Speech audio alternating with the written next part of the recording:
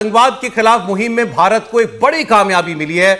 America ने पहलगाम आतंकी हमले के लिए जिम्मेदार पाकिस्तान समर्थित लश्कर ए तैयबा का फ्रंट, द रजिस्टर फ्रंट, इसको आतंकवादी संगठन घोषित कर दिया है। टीआरएफ को अमेरिका के विदेश मंत्रालय ने एक बयान में बताया कि TRF is now a designated foreign terrorist organisation और साथ ही specially designated global terrorist list में भी इसका नाम डाल दिया गया। भारत क्या कहता था? लगातार भारत ने कहा कि ये जो टीआरएफ है इसने पहलगाम में 26 लोगों को मारा, धर्म पूछ के, सर में गोली मारी सबके। ये कुछ और नहीं, ये लश्कर ए तैयबा ही है। बस कश्मीर में जब ऑपरेट करता है तो उसने अपना नाम बदल लिया है। पाकिस्तान ने इस टीआरएफ के बचाव में यूएन में जाकर के बयान दिए। जब यूएन में भारत ने कहा कि इसको आतंकवादी संगठन घोषित किया जाए तो इसका बचाव पाकिस्तान ने यूएन में किया और आज पाकिस्तान अमेरिका जो है इसको आतंकवादी संगठन मान रहा है और खुद जो सेक्रेटरी ऑफ स्टेट विदेश मंत्री हैं अमेरिका के, उन्होंने इसका ऐलान किया कि आज से टीआरएफ एक आतंकवादी संगठन है और उसी स्टेटमेंट में यह लिखा हुआ है फॉरेन मिनिस्ट्री अमेरिका की कि यह टीआरएफ कुछ और नहीं बल्कि लश्कर ए तैयबा ही है।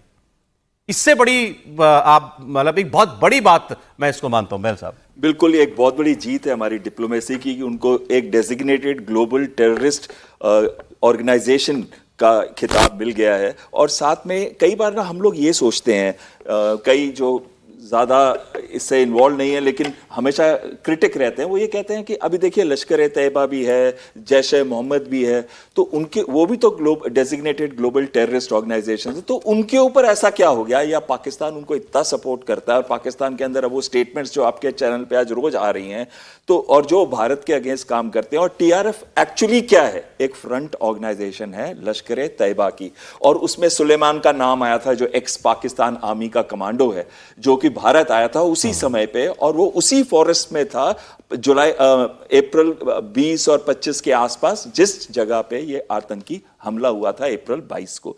तो कहीं ना कहीं ये सारी चीजें जो दर्शा रही हैं, लेकिन जो क्वेश्चन सारे लोग पूछ रहे हैं मैं उसका आंसर आज करना चाहता हूं। जैसे ही आप एक डेजिग्नेट करते हैं ग्लोबल टेररिस्ट ऑर्गेनाइजेशन, तो उसके बाद क्या होता है? उसके बाद ये होता है कि वो ऑर्गेनाइजेशन कहीं पे भी आसानी से मूव नहीं कर सकती, कहीं भी आ जा नहीं सकती। उसके जितने भी इंटरनेशनल एसेट्स होते हैं उन देशों के अंदर वो फ्रीज हो जाते हैं। उनको फाइनेंस कलेक्ट करने में, फंड कलेक्ट करने में बहुत मुश्किल होती है। साथ में कुछ भी वो इंपोर्ट एक्सपोर्ट करना चाहते हैं या किसी देश से दूसरे देश जाना चाहते हैं, उनको वीजा भी नहीं मिलता। और साथ में उनके ऊपर नजर रखी जाती है अगर वो कोई भी ऐसी गतिविधि कर रहे हो और वो गतिविधि किसी भी देश से रिलेट करती हो तो उसकी इंटेलिजेंस गैदरिंग में मदद की जाती है। तो इसका क्या मतलब है? इसका मतलब है कि अनेकों प्रतिबंध, चाहे वो टेक असिस्टेंस के हैं, चाहे वो इंपोर्ट एक्सपोर्ट के हैं, चाहे वो फ्रीजिंग ऑफ एसेट्स के हैं, वो वीजा देने के हैं, उनकी मूवमेंट के हैं, वो सारे उनके ऊपर प्रतिबंध लग जाते हैं ग्लोबली। जिस देश ने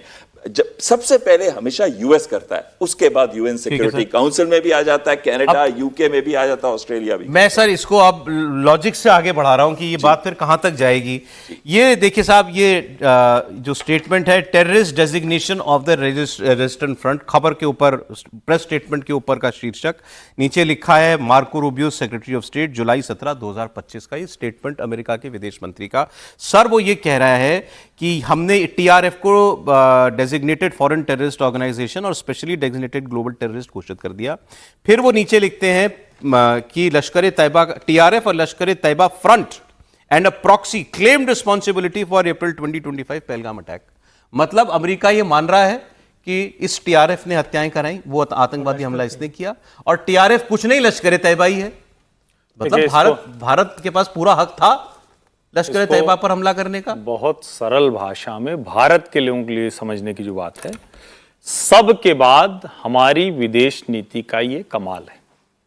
आप इतने दिनों से ये सोचते थे कि आखिर क्यों मोदी कन्फ्रंट नहीं कर रहे हैं, क्यों विपक्ष इतना कॉर्नर कर रहा है लेकिन फिर भी जवाब नहीं दे रहे हैं।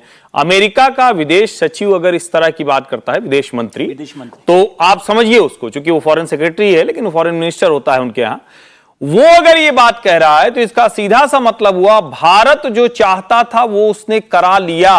और ये किसी भी मंच पर, किसी भी फोरम से उनके ज्वाइंट डिक्लेरेशन से ज्यादा बड़ी बात है कि सैंक्शन लगाया टीआरएफ पर। अब इसको यूं भी समझिए, सब कहने के बाद, मतलब अभी कहेंगे थोड़ा आप लोग फिर नाराज भी होंगे कि फिर से कह दिया, लेकिन वो माय फ्रेंड ट्रंप तो चल रहा है, काम तो कर रहा है।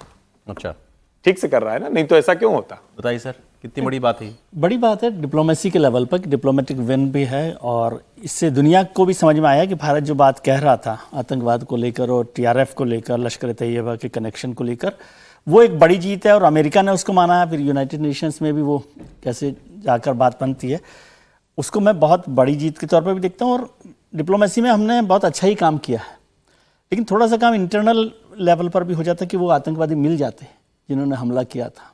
तो बहुत दिन हो गए, दिन भी गिनने में मुश्किल हो रहा है। ये भी नहीं पता कितने आतंकवादी थे, कहाँ गए हैं कि नहीं हैं।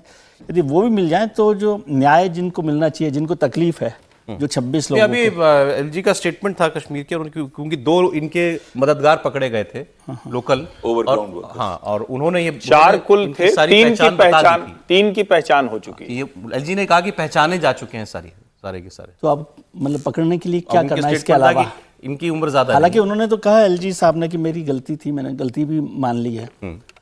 अब लेकिन वो पहचाने भी गए हैं तो पकड़े जाने में क्या कोई दिक्कत है कुछ अलग से?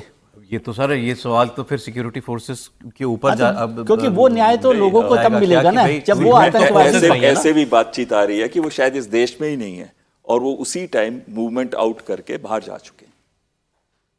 तो ये बॉर्डर पर दोनों तरफ चलता है कि दरवाजा दोनों तरफ खुला हुआ है, आने का भी जाने का भी?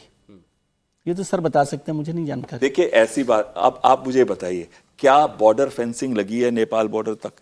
क्या बॉर्डर फेंसिंग लगी है आदि जगहों में बांग्लादेश बॉर्डर पे? के अंदर क्या पहुंच गए हैं आप तो अभी बातचीत अगर आपको उस समय की याद हो तो इवन श्रीलंका की बात चल रही थी कि कहीं वो श्रीलंका के रूट से तो बाहर नहीं चले गए, लेकिन वो देश से बाहर चले गए। Right, right. एनीवे, अब ये कहा गया है कि जल्दी ही आतंकवादी जो हैं ये या तो पकड़े जाएंगे या मारे जाएंगे, और पूरा देश यही इनका अंजाम होते हुए देखना भी चाहता है। बहुत शुक्रिया बहल साहब, समीर जी, विजय जी, हर्षवर्धन जी, बहुत धन्यवाद आपका।